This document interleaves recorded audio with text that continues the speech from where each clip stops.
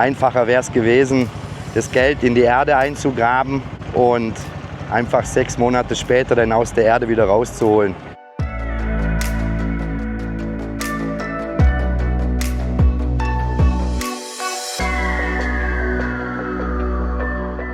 Hallo und herzlich willkommen auf meinem Kanal Landlust Isan. Vadikrab Pipi, Vadikrab Tukon. In meinem heutigen Video möchte ich euch ein bisschen was über die Bewirtschaftung von Maniok hier in Thailand erzählen. Ich denke, es ist eine interessante Sache und mich persönlich würde es freuen, wenn ihr euch dieses Video anschaut. Und nicht nur mich, auch die Menschen hier würden sich wünschen, dass ihr euch das Video mal anschaut, dass ihr seht, wie schwer das doch auch sein kann, hier Maniok zu bewirtschaften.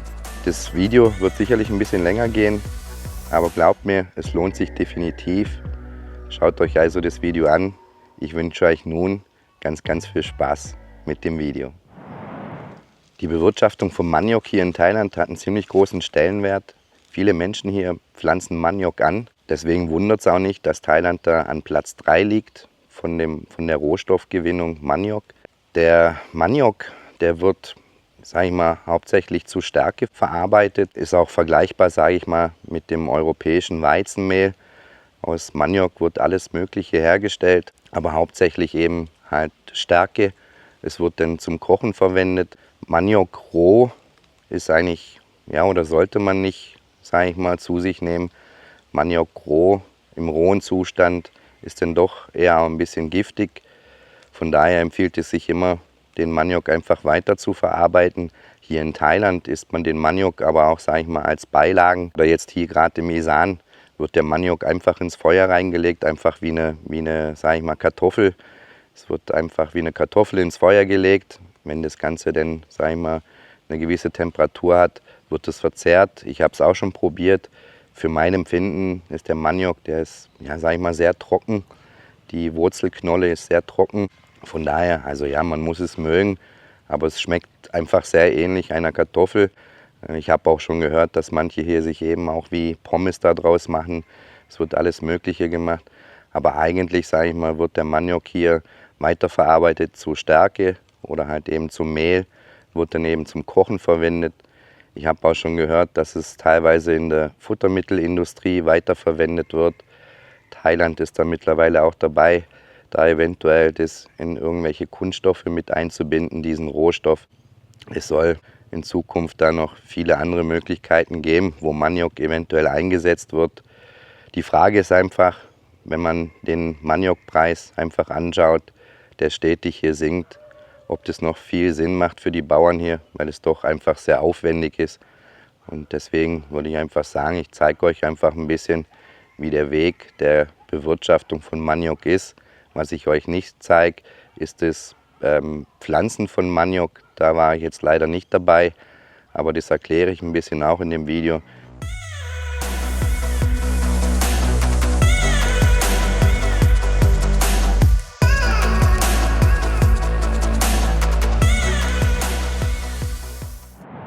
Angereist auf das Maniokfeld vom Freund. Habe gedacht, auf dem Weg dorthin liegt eine Verkaufsstelle, wo der Maniok dann auch verkauft wird. Wollte dann dort auch natürlich ein Video machen für euch. Habe dann dort nachgefragt, die Leute haben mir das verneint, durfte kein Video machen. Das ist das erste Mal wirklich, dass ich da eine prompte Absage bekommen habe. Sie hat mir auch nicht wirklich erklärt, aus welchem Grund nicht. Ja, schade eigentlich, hätte ich gerne auch noch mitgenommen. Jetzt bin ich hier drüben bei den arbeitenden Leuten. Da seht ihr jetzt, wie das gemacht wird.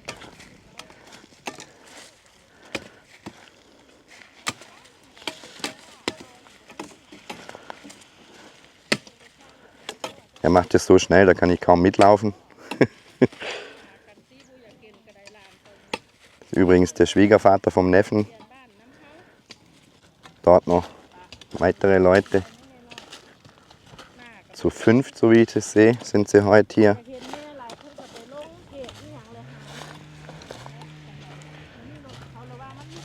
So wird das Ganze heute hier dann abgearbeitet. Und wenn das dann fertig ist, soll der Maniok dann natürlich auch wieder aus dem Boden geholt werden. Morgen ist ein großer Buddha-Tag, das heißt, morgen wird dann hier nicht gearbeitet. Ich habe jetzt gerade noch mit der Frau von meinem Freund geredet, dass man mich dort abgewiesen hat an der Verkaufsstelle, wo sie eigentlich immer den Maniok verkaufen. Sie hat mir jetzt versprochen, sie redet mal mit den Leuten, dass ich dort dann vielleicht doch mal zumindest kurz euch das zeigen kann. Mir wäre es einfach wichtig, weil das Video dann eine runde Sache wäre. Und ja, mal schauen, vielleicht kann ich da jetzt eben am Donnerstag dann nochmal hin. Morgen ist eben hier erstmal Pause.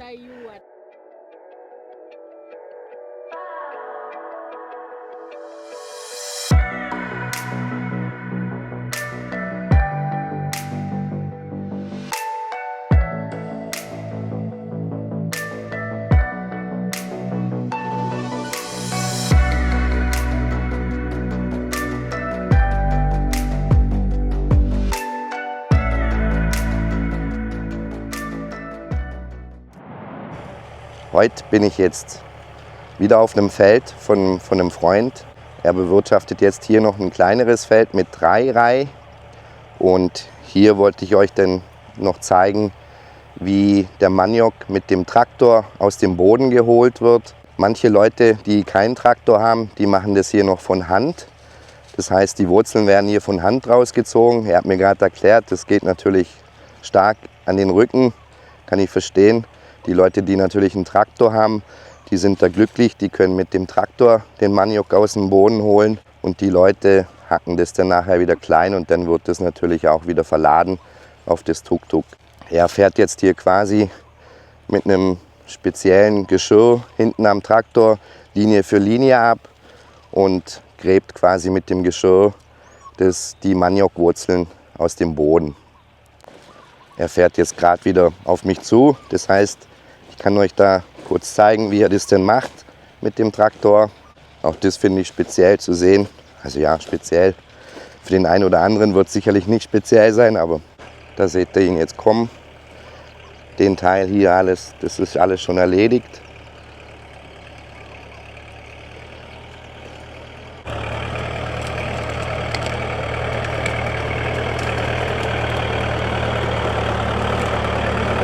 Kommt sein neuer Traktor endlich auch mal zum Einsatz.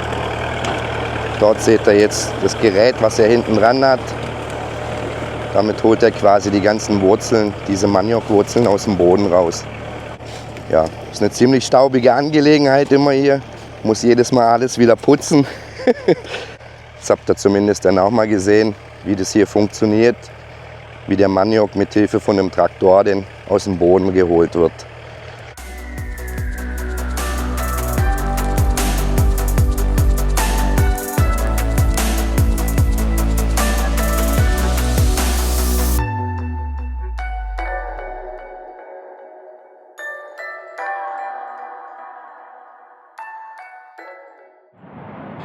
Heute bin ich jetzt zu Gast auf dem Maniokfeld vom Neffen, der hier insgesamt 5 Reih Maniok angepflanzt hatte, der jetzt nun geerntet wird. Arbeiten tun hier ca. 13 Leute, so wie ich gezählt habe. Der Maniok wurde bereits geschnitten, das heißt, jetzt werden die Wurzeln aus der Erde geholt oder die sind beziehungsweise auch schon aus der Erde geholt worden. Die werden jetzt klein gehackt und werden auf diesen Tuk-Tuks, die ich euch gleich dann noch zeigen werde, dann verladen. Und wenn das dann verladen wurde, dann geht es dann sofort ab zur Verkaufsstelle und wird dann direkt dort verkauft. Der Maniokpreis dieses Jahr leider sehr gering. Das sind ganze 2,10 Baht, die man hier bekommt fürs Kilo. Das ist sehr wenig. Letztes Jahr zur gleichen Zeit hatten wir hier teilweise Preise um die 3,80 Baht. Das ist natürlich ein wahnsinniger Unterschied. Ich habe da auch schon mit dem Neffen drüber gesprochen gehabt gestern. Der hat zu mir gesagt, einfacher wäre es gewesen, das Geld in die Erde einzugraben und einfach 6 Monate später dann aus der Erde wieder rauszuholen. Das heißt, ja, das ist einfach eine Nullrechnung, die da vonstatten gegangen ist. Damit hat niemand gerechnet, dass der Preis so niedrig ist dieses Jahr. Ja, jetzt müssen die Leute damit leben und das Beste draus machen. Verdienen tun sie dabei einfach nicht viel. Da seht ihr jetzt, wie der Maniok in so Netze aufgehängt wird.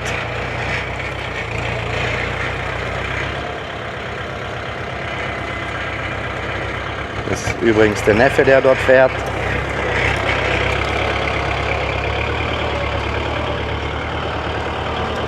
Der fährt das Ganze jetzt eben zu diesem Tuk-Tuk.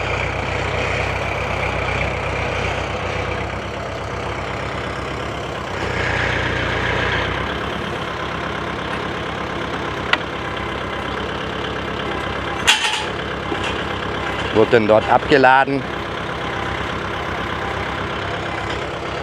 Denn von dem jungen Mann dort, auch ein Freund von mir, der noch ein bisschen klein gehackt.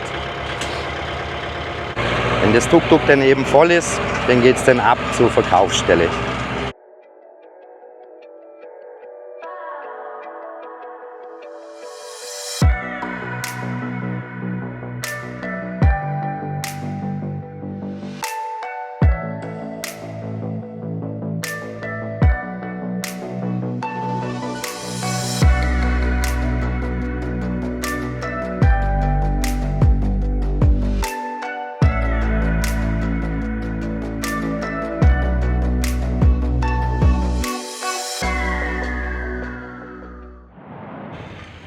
Insgesamt sind hier 3 Tuk-Tuk.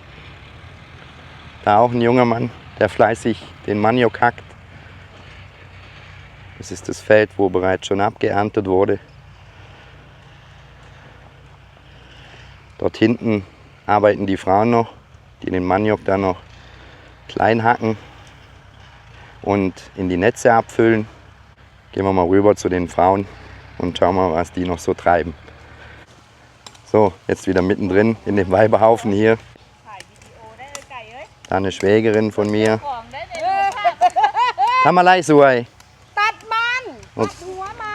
Okay. Da hinten die Frau vom Neffen, die sich immer nicht gern zeigen lässt. Sind doch auch Männer dabei.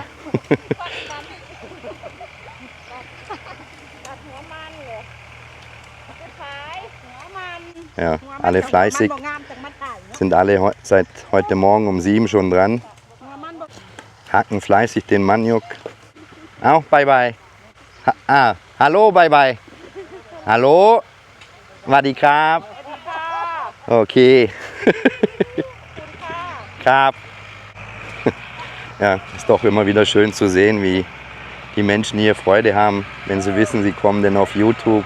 Ich finde es einfach schön und es macht mir einfach Spaß, die Leute dann auch hier zu zeigen. Das ist wirklich eine Riesenfreude auch für mich. Das hier sind dann so die Wurzeln, die man hier rausholt. Das ist jetzt noch eine kleinere. Also im rohen Zustand soll man sie nicht verzehren, weil anscheinend, so wie ich gelesen habe, soll da ja irgendeine Säure, eine Blausäure oder irgendwas drin sein. Derjenige, wo sich da vielleicht ein bisschen besser auskennt, der kann mich da gern berichtigen oder kann das in die Kommentare schreiben. Es soll auf jeden Fall nicht roh verzehrt werden.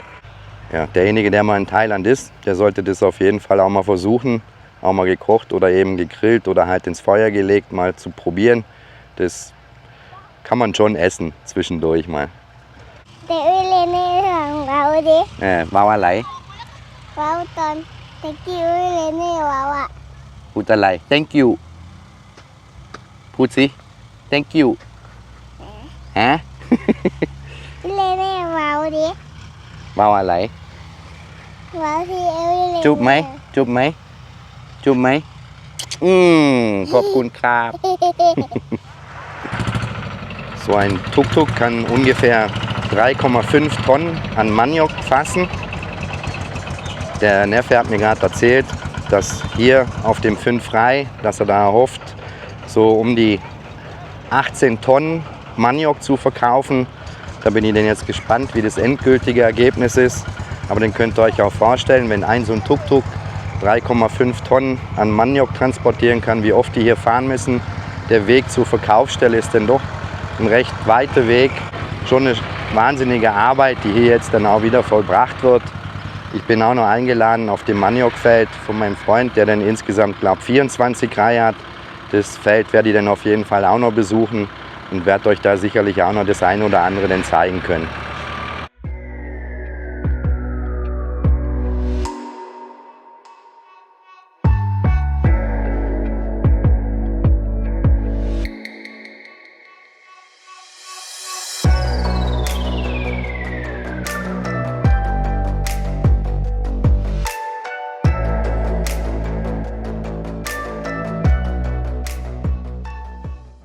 Heute auf dem Maniokfeld von meinem Freund, der hier Maniok angepflanzt hat auf insgesamt 24 Rai. Das ist dann schon eine Ansage. Die Leute hier, jetzt arbeiten ungefähr 15 bis 20 Leute, habe ich vorher mal grob durchgezählt. Kann natürlich auch mehr sein, denn hier ist auch schon ein Teil aus der Erde geholt. Sind natürlich auch wieder Traktoren am Start, Tuk-Tuk am Start. Bei der Größe dieses Feldes hier, da wird es ein paar Tage dauern. Das ist ein wahnsinniges Feld. Von diesem Feld habe ich ja letztes Jahr auch schon ein Maniok-Video gemacht. Derjenige, der das damals nicht gesehen hat, von den neuen Zuschauern, dem würde ich das einfach mal oben verlinken. Dort war ich letztes Jahr eben hier auch schon vor Ort. Dieses Jahr wollte ich jetzt dann doch einfach ihn auch nochmal besuchen, weil ich das wirklich einfach immer spannend finde und wahnsinnig finde auf der Größe, wie viele Leute hier arbeiten. Und heute ist auch schon wieder eine dementsprechende Hitze. Aber die Leute haben trotzdem auch Spaß, wie im letzten Video auch, wenn ihr das mal anschaut. Wahnsinnig anstrengende Arbeit. Wenn der Maniok denn abgeschnitten wurde, dann werden die Stängel, Äste oder Stämme, wie man auch sagen will, die werden dann so aufgestellt. Die meisten Leute nehmen die dann später mit nach Hause, stellen die dann auf zu Hause, bis die dann einfach, man muss dann auch schauen, dass die nicht austrocknen. Wenn die dann aufgestellt sind zu Hause, dann werden die auch teilweise dann bewässert, um quasi dann für die nächste Maniokbepflanzung die Stämme dann parat zu machen. Ihr seht da jetzt diese Stämme, die dann schon abgeschnitten wurden. Und wenn es dann für die Neubepflanzung, wenn es denn darum geht, dann wird dann quasi von dem ganzen Stängel dann ein Stück abgeschnitten, wird dann in Säcke abgefüllt, dann fährt man quasi wieder aufs Feld raus und steckt dann diese Stämme einfach wieder in die Erde. Quasi, ungefähr so ein, wahrscheinlich ein bisschen kürzeres Stück, wird dann einfach genommen, wird dann einfach wieder in die Erde gesteckt und es bilden sich dann Wurzeln wieder und der Baum treibt dann wieder neu aus oder die Pflanze. Ja, ist eigentlich eine sehr dankbare Pflanze, sage ich mal, Maniok. Man kann da von dem Schnitt, den man gemacht hat nach der Ernte, kann man direkt wieder neu bepflanzen, denn eigentlich.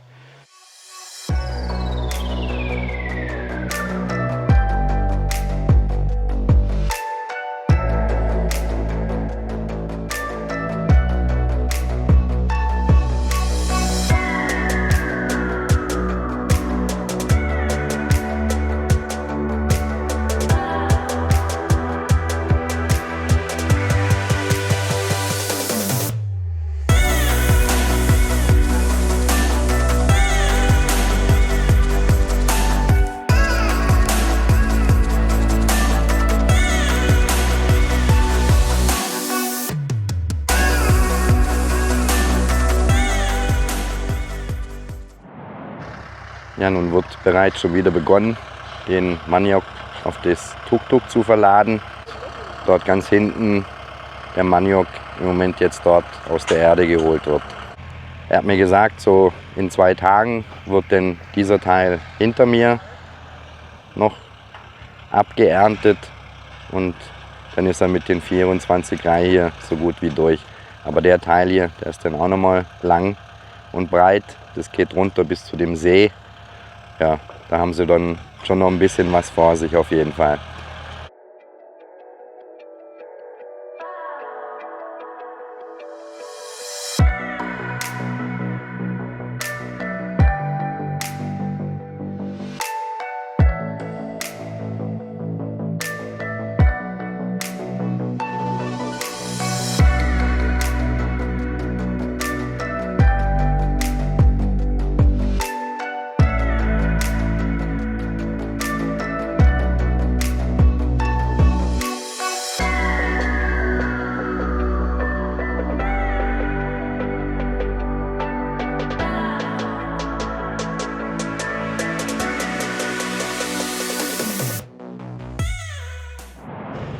Mit vielen Überredungskünste von meinem Freund durfte ich nun doch ganz kurz hier auf der Verkaufsstelle von dem Maniok ein Video machen. Ich darf aber nicht viel zeigen. Ist auch okay, ich verstehe das jetzt mittlerweile. Also das Fahrzeug wird gewogen, dann wird der Maniok abgeladen, anschließend das Fahrzeug nochmal verwogen, dann wird quasi die Summe ausbezahlt. Hier wird der Maniok entladen. Mein Freund ist hier mit 3 so Tuk-Tuk angekommen, 3 Tuk-Tuk und einen großen LKW vom Neffen. Ja, der Maniokpreis ist leider wieder gefallen. Der Maniokpreis beträgt jetzt pro Kilo 1,95 Baht. Das ist wenig. Damit müssen die Bauern jetzt hier leben, müssen sie mit der Situation klarkommen. Es lohnt sich eigentlich fast gar nicht, den aus dem Boden zu holen. So hat es mir mein Freund zumindest beschrieben. Ist traurig, aber wahr. Mal schauen. Bin davon überzeugt, dass der Preis sicherlich noch weiter sinkt. Der Freund von mir, der hat noch ein paar Länder vor sich, wo er den Maniok aus dem Boden holen muss. Mal schauen, wie dann der Preis auf jeden Fall ist. Aber jetzt habt ihr zumindest mal einen kurzen Einblick hier von der Verkaufsstelle bekommen. Bin froh, dass ich hier doch noch ein kurzes Video machen konnte.